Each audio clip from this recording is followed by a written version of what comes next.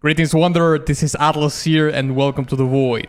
Today I'm going to be breaking down a song called Sadness and Sorrow from the Naruto Shippuden original soundtrack. This was the winner of one of my latest polls in Patreon, and this is going to be the first time that I'm going to be listening to a Naruto song ever in my life, so I'm really looking forward to it. So onward. Sadness and Sorrow. Boom.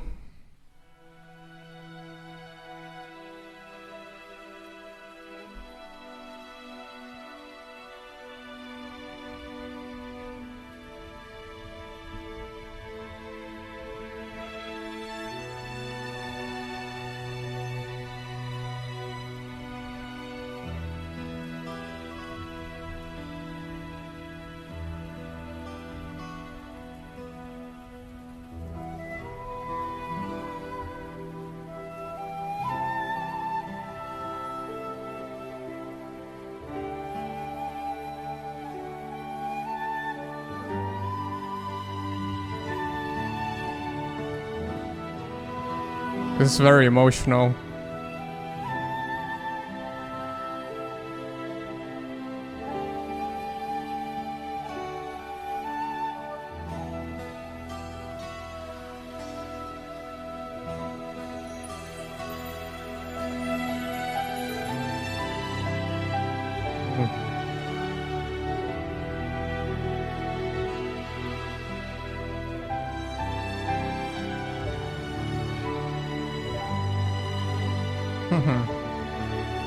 A little bit of contrast there.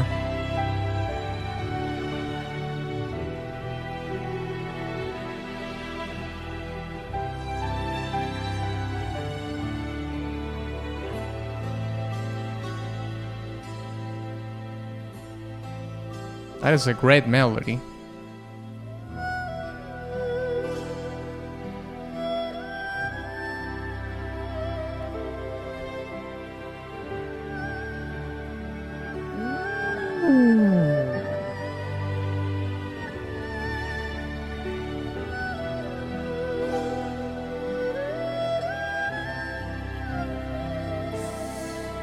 The performance in the flute is crazy.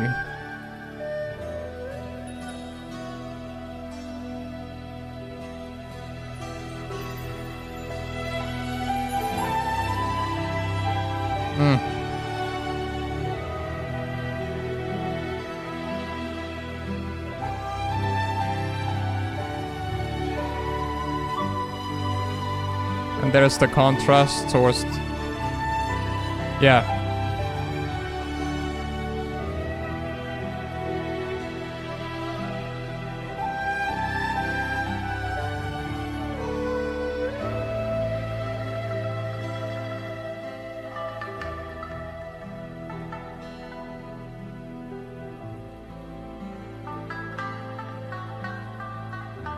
Yeah, this must be like some sort of Japanese or Chinese lute or something. A very ethnic instrument for sure.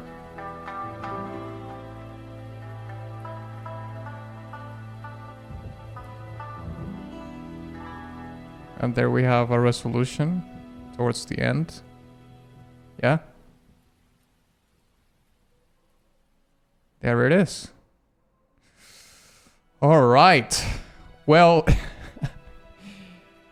I think this song certainly services the title of a track. Sadness and Sorrow, yes. All the emotional charge to convey those two themes in the song are certainly in there.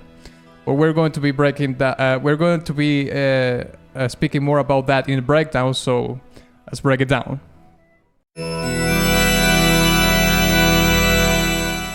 Okay, so to start this breakdown, I just would like to mention a couple of things in general terms, as an umbrella thing, in regards to the main attributes that this song has.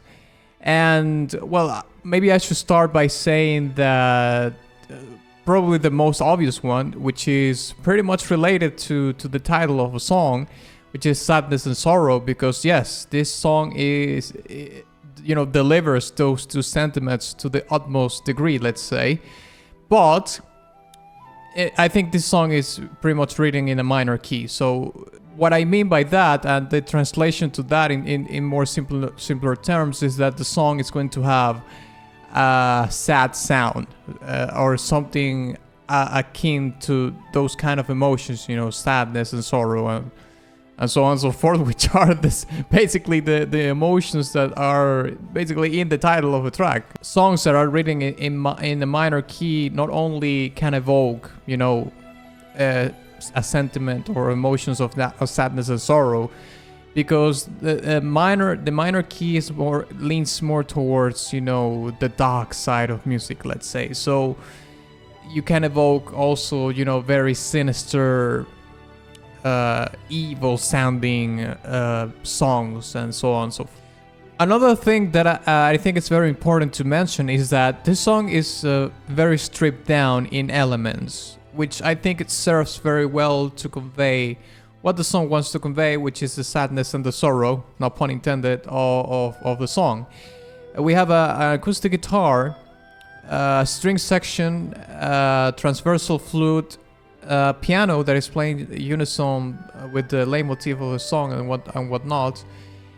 And we also have some very ethnic instruments. I think Naruto is an anime made in Japan, so I would assume that we have, we have a sort of a bowed instrument as well as a sort of Japanese lute. I would assume it's a shamisen, but I couldn't say. I'm not entirely sure. There's definitely two ethnic instruments in play in the song, which of course gives it the edge, the Eastern, Asian, Japanese edge to the song, which,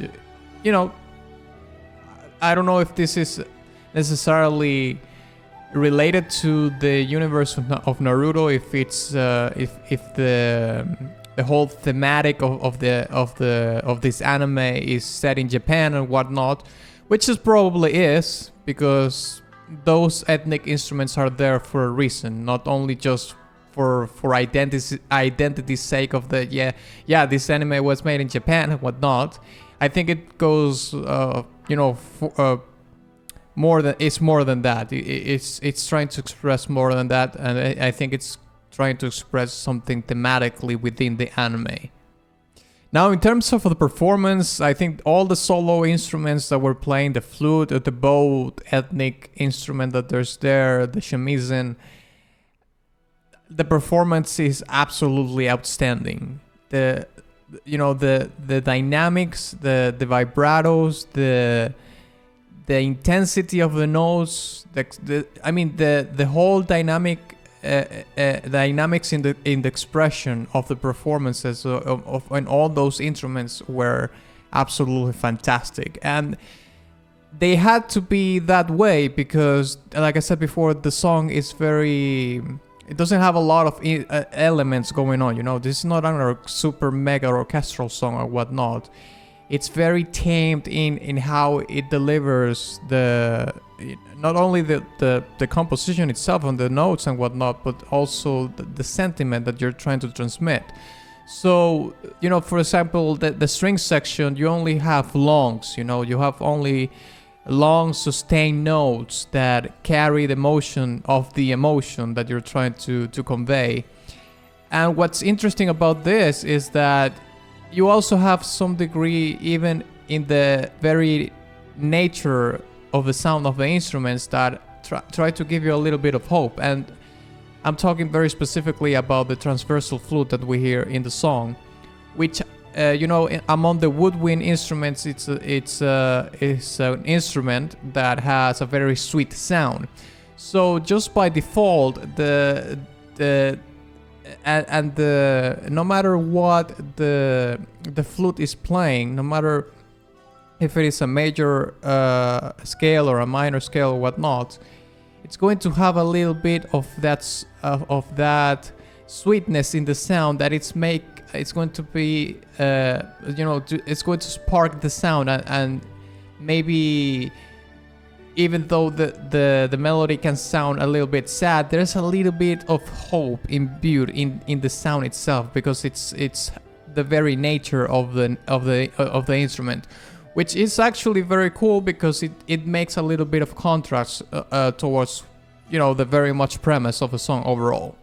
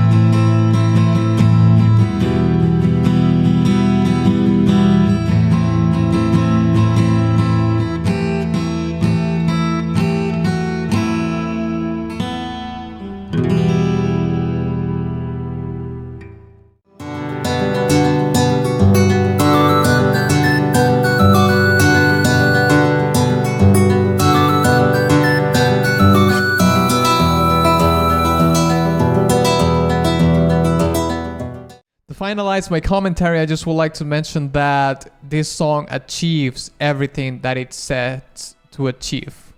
The song is called Sadness and Sorrow, and sad and sorrowful this song is. 100%. I think the song is absolutely fantastic. The performance of the instruments were incredible, especially, you know, the solo instruments, the transversal flute, the bow ethnic instrument that I don't really know the name of that instrument, and the supposed shamisen maybe. They were incredible, but very much specifically the bow ethnic instrument and the transversal flute. Like the dynamics in the intensity of the notes and the vibratos and everything. It was just so incredible. They added so much to the, you know, the motion of the emotions. Like I said before, they translated so very well what the composition was trying to convey, which is probably a good point to make, because, you know, you can make a very amazing composition. You know, you can compose a very great song, but if the musicians here involved are not performing it the way it should be performed, then it doesn't matter if the composition is that good. You know, you can have a masterpiece also of a composition, but if the performance is not there, then it's not going to be there. But fortunately for this particular song, it's like incredibly good. It conveyed everything that it had to convey. So I'm gonna give it an S tier for sure. Thank you very much for watching this video. If you enjoyed it, please give it a like and share it with your friend. Also, please don't forget to visit my Patreon, my Ko-fi profile, and my Ko-fi store in case you want to support my work further, and my Teespring merch shop. And of course, ex nihilo nihil fit.